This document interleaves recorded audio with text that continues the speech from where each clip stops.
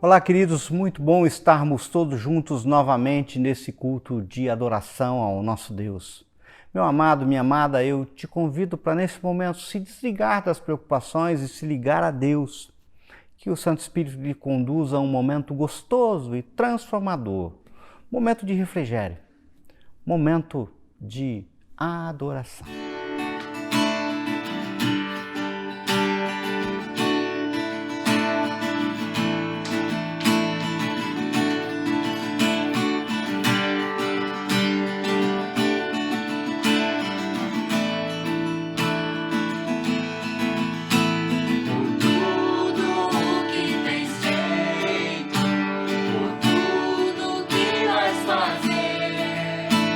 Por tuas promessas e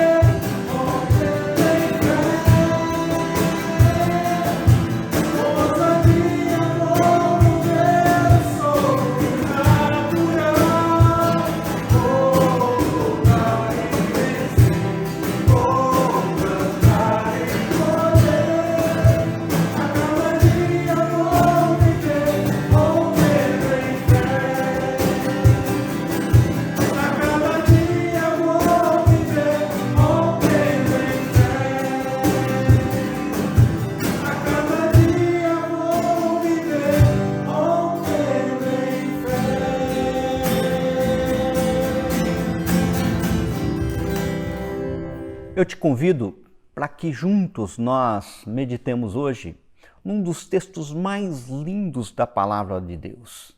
Te convido para abrir o Evangelho de João, capítulo 12. Nós leremos a partir do verso 1.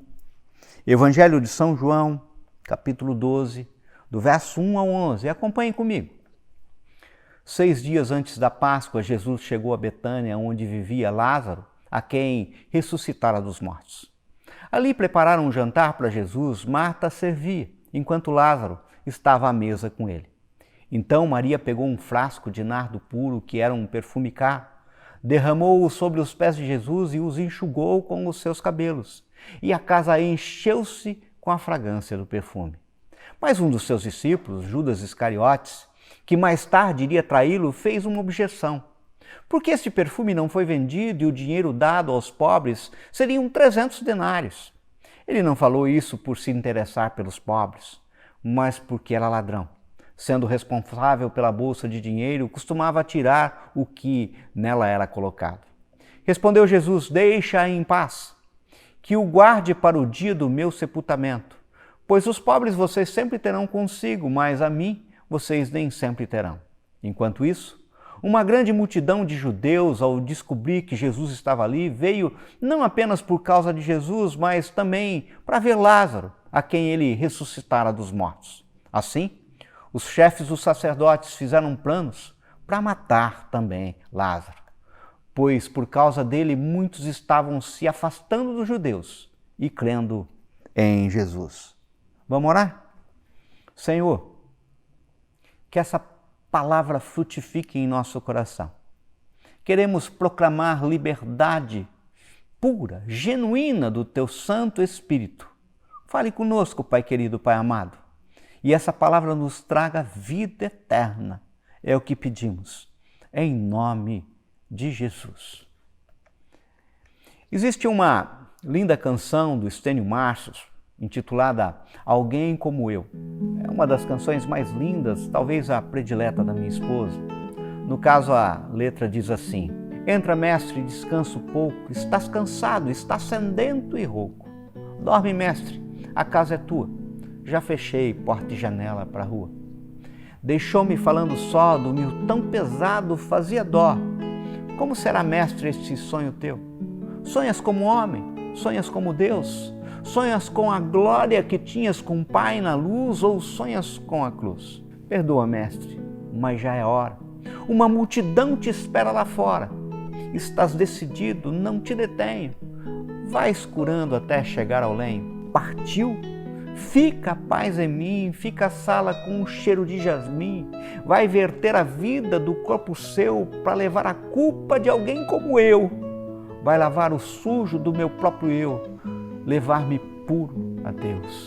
Vai verter a vida do corpo seu para levar a culpa de alguém como eu, para lavar o sujo do meu próprio eu, levar-me puro a Deus. Linda, né? No caso, sempre que eu ouço essa canção, automaticamente me lembro dessa passagem que lemos, que é fonte inspiradora de adoração. Existem vários textos bíblicos que nos encantam de forma especial, uns que os outros, ou seja, são os preferidos. No caso, o texto que acabamos de ler sempre encantou a mim e minha esposa de forma muito, mas muito especial, sendo que algumas vezes já meditei nele. Notem, existem alguns textos bíblicos que trazem similaridade com este que lemos. No caso, estudiosos afirmam que o texto contido lá em Mateus 26, de 6 a 13, Marcos 14, de 3 a 9, bem como este que lemos, refletem a realidade da mesma passagem. Diferentemente do texto de Lucas 7, 36 e 50, que teria ocorrido em um outro momento, envolvendo outros personagens. Ora, nós poderíamos passar aqui horas e horas somente discorrendo sobre semelhanças e diferença entre os textos e muitos aspectos de interpretação, muitas questões até relevantes, mas que não seria aquilo que o Senhor quer nos trazer hoje. Vejam, vocês com certeza já ouviram dos meus lábios que o Senhor quer resgatar em nossa mente, principalmente no nosso coração o fato de que o Evangelho do Senhor Jesus é simples, tremendamente simples, e que devemos depender do Espírito Santo de Deus em nossas reflexões. Assim como já orei, não quero que vocês sejam alcançados hoje por palavras de persuasão humana e nem se percam em devaneios que não levam a nada, mas que nós sejamos alcançados e ministrados pelo Espírito Santo de Deus. Fala, Senhor, é o meu pedido. Me lembro que certa vez o Senhor me fez refletir sobre o fato de que, como Jesus era conduzido pelo Espírito de Deus, teria sido algo maravilhoso Deus, o Senhor Todo-Poderoso, encaminhar seu filho como num momento de refrigério, justamente na semana em que seria preso e morto, a uma casa de amigos, onde seria acolhido em amor. Fiquei pensando se a minha casa hoje seria escolhida pelo Espírito Santo para a entrada de Jesus encarnado para um momento de refrigério. Deus enviaria o seu Filho amado para minha casa em busca de refrigério. Deus enviaria o seu Filho amado para a sua casa, meu irmão, em busca de refrigério. Tua casa é lugar de refrigério ou campo de batalha? No caso, me parece que é justamente a ideia por trás da canção do Stênio. Este texto que lemos retrata, ao meu ver, a essência da adoração. E, sem dúvida, podemos tirar algumas lições preciosas de como se manifesta a nossa adoração. A primeira lição é que a nossa adoração se manifesta como resposta de gratidão. Verso 1. 6 dias antes da Páscoa, Jesus chegou a Betânia, onde via Lázaro, a quem ressuscitara dos mortos. Queridos, a Bíblia nos ensina um princípio triste ao olharmos para a natureza humana. Ninguém adora a Deus espontaneamente. Ninguém procura Deus sem que Deus o procure primeiro. Por isso, toda forma de adoração, na realidade, é resposta. Ela é reação.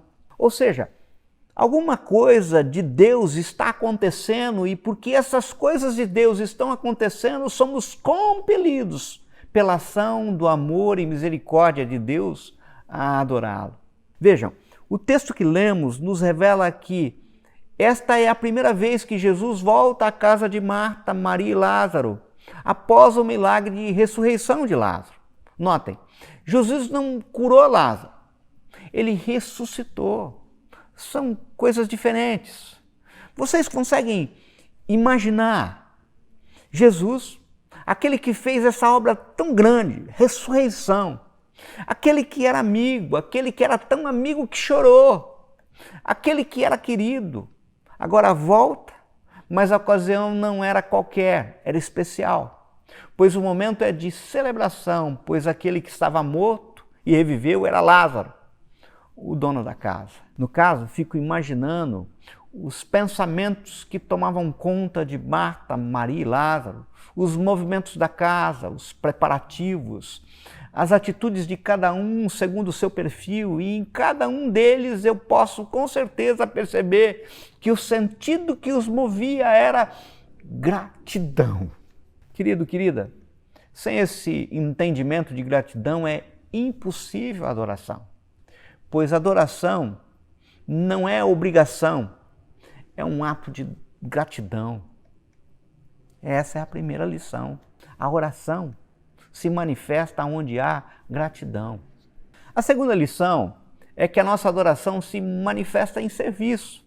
Ao verso 2. Ali prepararam um jantar para Jesus. Marta servia enquanto Lázaro estava à mesa com ele. A palavra nos revela que um jantar foi preparado e Marta servia a mesa.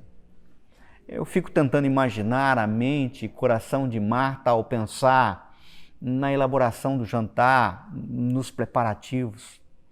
Acho que vou fazer um carré de carneiro. Jesus gosta de carneiro. Mas só o carré não, precisa ter acompanhamentos. Me lembro daquela receita maravilhosa que aprendi. Vai tantos ingredientes gostosos. E a sobremesa? O que vou fazer de sobremesa? Já sei, ele ama damasco, vou fazer uma mousse. E bebida? Tem que ser o melhor vinho, ele gosta de vinho. E a quantidade? A quantidade tem que ser muita, pois teremos mais convidados e deve haver fartura. Mas em quais vasilhas eu vou pôr a mesa? Minhas vasilhas são tão simplesinhas. Já sei, eu vou emprestar aquelas vasilhas lindas da Isabel. Afinal, Jesus merece. E aí segue os preparativos. Vou lavar toda a casa, vou pôr flores nos vasos, vou pegar aquela melhor toalha que tinha guardado para o enxoval. Sabe, gente, a adoração se mostra no serviço, em fazer o melhor. E daí eu fico imaginando que a Marta não deve ter feito tudo sozinha. Deve ter convocado algumas amigas talentosas e daí o serviço se manifestou com uma ação de comunhão maravilhosa e prazerosa. E eu fico tentando imaginar que o Senhor Deus, Pai do convidado ilustre Jesus, nessa hora ficava dando uma espiadinha lá do céu e se alegrava a ver toda aquela movimentação e comunhão em sinal de adoração, como a dizer: estes entenderam quando eu falei. Este é o meu filho amado em quem me alegro. A ele ouvi. Adoração é serviço. Principalmente, serviço em comunhão. Mais um para aí. A terceira lição é que a nossa adoração se manifesta em proclamação. Acompanhem comigo, o verso 9 diz assim: enquanto isso, uma grande multidão de judeus, ao descobrir que Jesus estava ali, veio não apenas por causa de Jesus, mas também para ver Lázaro, a quem ele ressuscitara dos mortos. Assim, os chefes dos sacerdotes fizeram planos para matar também Lázaro, pois por causa dele muitos estavam se afastando dos judeus e crendo em Jesus. Lázaro, bem, ele havia se tornado um proclamador, pois a sua própria existência com vida significa a proclamação de que Jesus é Deus, pois o único que tinha poder sobre a morte e vida era Deus. Vocês se lembram? Quando Jesus fazia milagres expulsando demônios e os fariseus apontavam que Jesus o fazia pelo poder de Beelzebu, ou seja, Satanás, príncipe dos demônios, pois bem, Satanás poderia ter algum poder sobre demônios e algumas doenças, mas os judeus reconheciam que só Deus tem o poder sobre a morte. A adoração se manifesta quando a nossa vida se transforma em proclamação do nosso Deus. E acredite, isto é exemplo do que aconteceu com Lázaro. Se você for um proclamador, também vai provocar o ódio do mundo contra você. Queriam matar Lázaro. É interessante. Era costume entre os judeus, quando recebiam um rabi, um mestre, em sua casa, trazer alguns convidados e deixar as portas e janelas abertas, isso para que todos pudessem assistir aquilo que estava acontecendo. Isso como a significar que não havia ali um ato egoísta. Eu fico tentando visualizar a cena. No caso, Lázaro deve ter convidado algumas pessoas. Todos estavam debruçados sobre o cotovelo e em alguns lugar macio. As portas e janelas estavam abertas, isso de modo a atrair os olhares dos curiosos, pois afinal era Jesus quem estava ali. Muitos ficaram atentos para ouvir as palavras do mestre. Marta corre para lá e para cá servindo a mesa, pois a Marta era assim mesmo, é serviço. Nesse momento, creio que Maria ficou pensando: o que eu posso fazer por Jesus? Marta tem tantos dons, sabe fazer tantas coisas, é o jeito dela. Lázaro convidou tanta gente, quase nem cabe tantas pessoas na casa, e ele proclama Jesus com a sua própria vida. Mas e eu? O que eu posso fazer? Então aquela mulher tem uma ideia e ela faz aquilo que Deus colocou no seu coração. A Bíblia nos aponta algumas coisas que nos chocam e constrange, pois ela diz que o sol nasce todos os dias para os justos e injustos, e Deus demonstra o seu amor para os justos e injustos todos os dias, pois os céus proclamam a obra de Deus e o firmamento anuncia a obra de suas mãos todos os dias. Ou seja, você se levanta pela manhã todos os dias e Deus está manifestando o seu amor por você você respira. Deus revela o seu amor que você vai trabalhar e traz o pão para casa. Deus está junto. E nós não conseguimos entender esse amor de forma tão singela, tão presente, tão claro. Um homem sussurrou: Deus, fale comigo. E um roxinol começou a cantar, mas o homem não percebeu, nem ouviu. Então o homem repetiu: Deus, fale comigo. E um trovão ecoou nos céus, mas o homem foi incapaz de ouvir, não percebeu também. O homem olhou em volta e disse: Deus, deixe-me vê-lo, por favor. E uma estrela brilhou no céu, mas o homem não a notou. O homem começou a gritar: Deus, mostre-me um milagre, eu preciso. E uma criança nasceu, mas o homem não sentiu o pulsar da vida daquela criança. Então o homem começou a chorar e se desesperar. Deus, toque-me, deixe-me sentir que o Senhor está aqui comigo. E uma borboleta pousou suavemente em seu ombro. O homem, porém, espantou a borboleta com a mão e, desiludido, continuou o seu caminho triste, sozinho, com medo e sem esperança de que Deus o estava ouvindo. Até quando teremos que sofrer por não compreender que Deus pode estar onde menos esperamos, ao nosso redor, em todos os lugares, e que devemos ficar atentos para perceber a sua presença maravilhosa? Acredite, meu irmão, minha irmã, Deus está presente, pode te ouvir, agora. Eu quero lhe falar que para ser um adorador, é preciso olhar à nossa volta e perceber quantas vezes o Senhor tem dito: você é precioso para mim. Você é precioso para mim. Você é precioso para mim. E no caso, quando começamos a perceber nas pequenas ou grandes coisas as marcas que Deus coloca na nossa vida, o amor dele, a única resposta que podemos lhe dar é adoração. Agora o texto ainda tem uma quarta lição. É que a adoração é entrega total, liberal, extravagante. Queridos, Maria teve uma ideia. Minha irmã está fazendo as coisas, meu irmão está fazendo também, do jeito dele. Então ela teve uma ideia extravagante. Naquela época, toda mulher solteira guardava dinheiro a vida inteira para comprar uma peça de enxoval. Em nossa cultura, as moças montam seu enxoval. Mas naquela época, havia algo especial, muito caro, que as moças deviam ter em seu enxoval. Era um vaso de perfume muito caro, que era colocado em um vaso de pedra-sabão lacrado e que seria aberto apenas uma única vez, justamente nas suas núpcias. Ou seja, aquele vaso estava guardado para Maria passar no seu corpo em suas núpcias, ocasião em que o perfume espalharia por toda a casa. Maria não teve dúvidas. Pegou o seu vaso caríssimo, que continha uma libra de bálsamo de nardo puro. O bálsamo de nardo era extraído de raízes de uma planta de nome nardo, existente lá no Himalaia. E no caso, a palavra nos revela que o seu preço equivale a cerca de mais de 300 denários. Pelo que, se um denário equivale a um dia de serviço, nós estamos falando do salário do ano todo.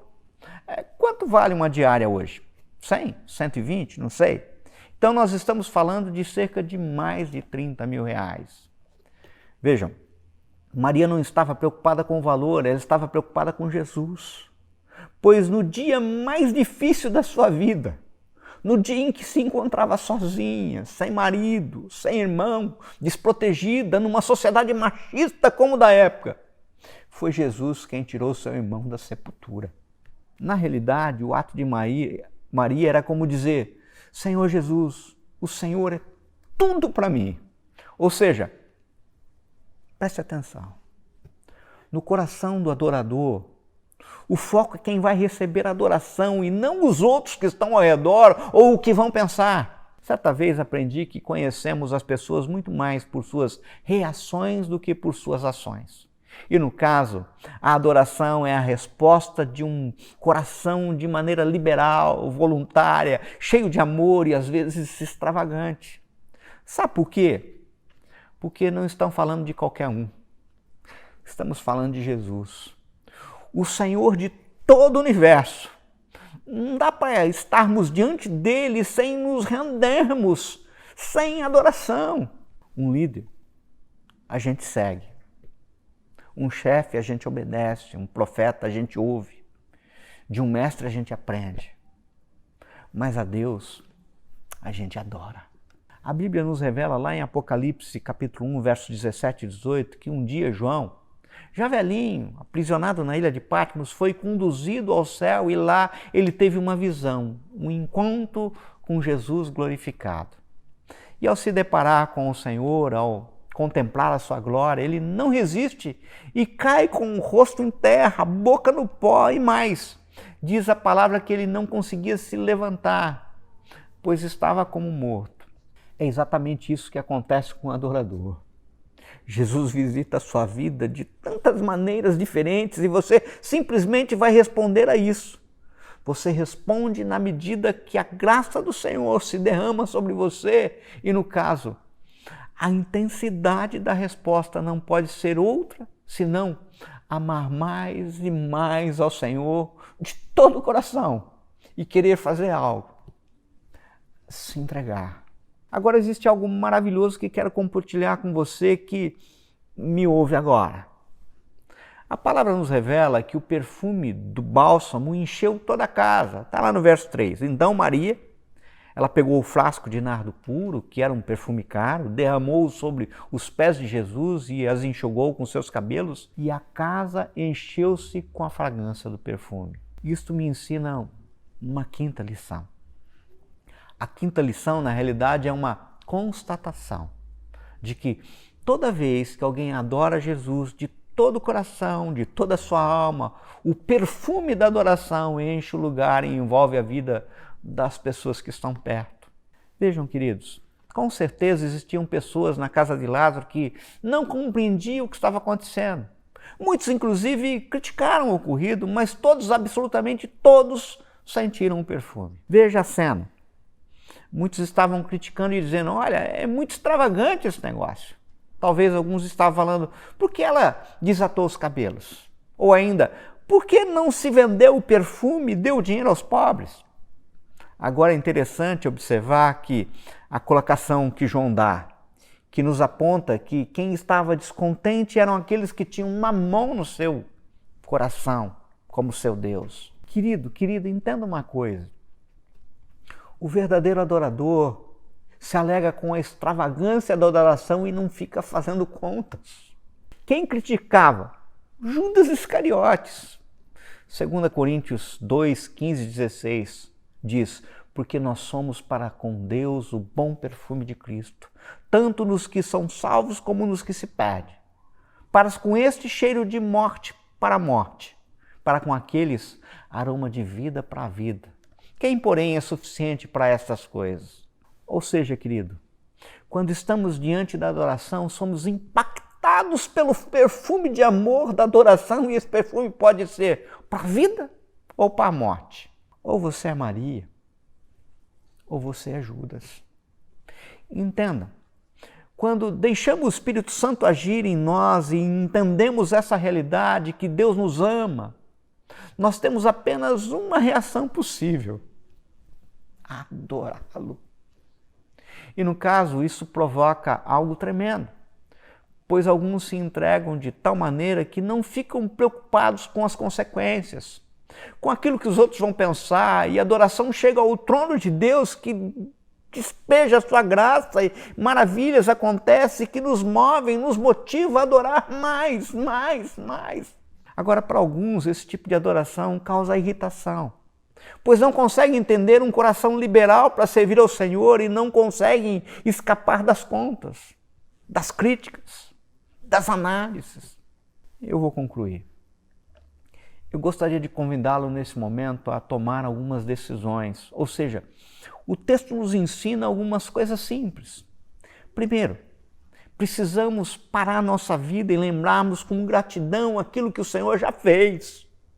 Nos entregarmos em serviço e proclamação do nosso Deus. Se você tem dificuldade em adorar, comece a lembrar tudo o que Ele já fez. Se você já aceitou Jesus, lembre-se de onde Ele te tirou.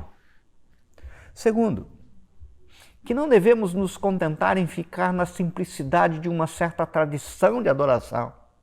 Ou seja, você não pode vir à igreja ou ter esse momento que está tendo só para cumprir uma obrigação.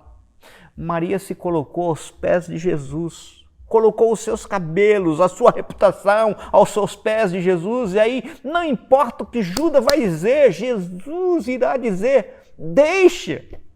Está lá no verso 7. Terceiro, não há verdadeira adoração sem entrega. O meu tudo é para o Senhor. Assistir sem assistir é só assistir. Quantas e quantas pessoas estão se perdendo porque não se entregam?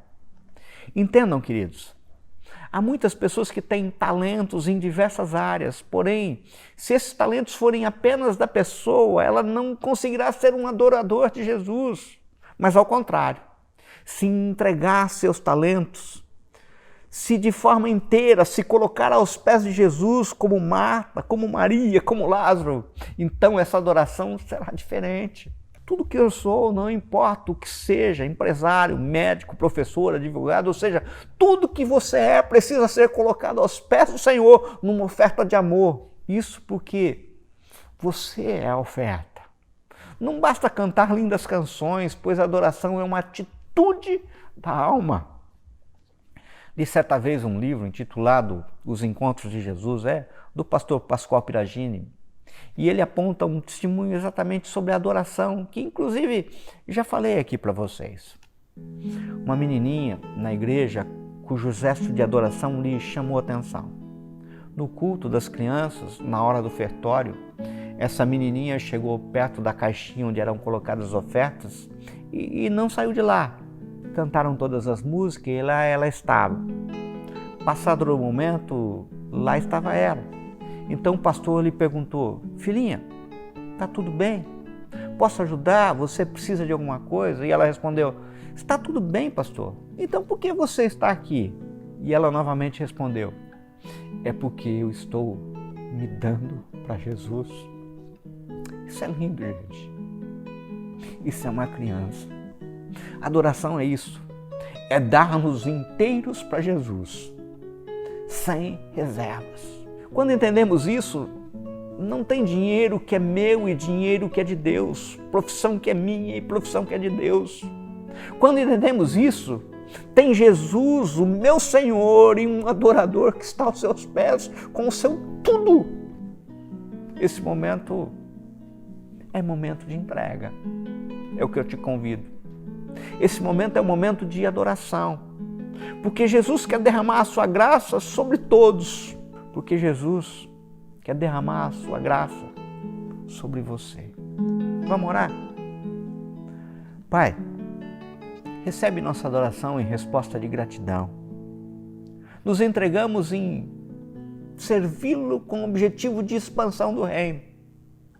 Queremos ser a proclamação do seu amor e senhorio. Recebe nossa entrega total e restrita. E que o teu bom perfume invada não só nossas vidas, mas todos que estão à nossa volta. É o que te pedimos. Em nome de Jesus. Amém? Os que confiam no Senhor são como o monte de Sião, que não se abala, mas permanece para sempre.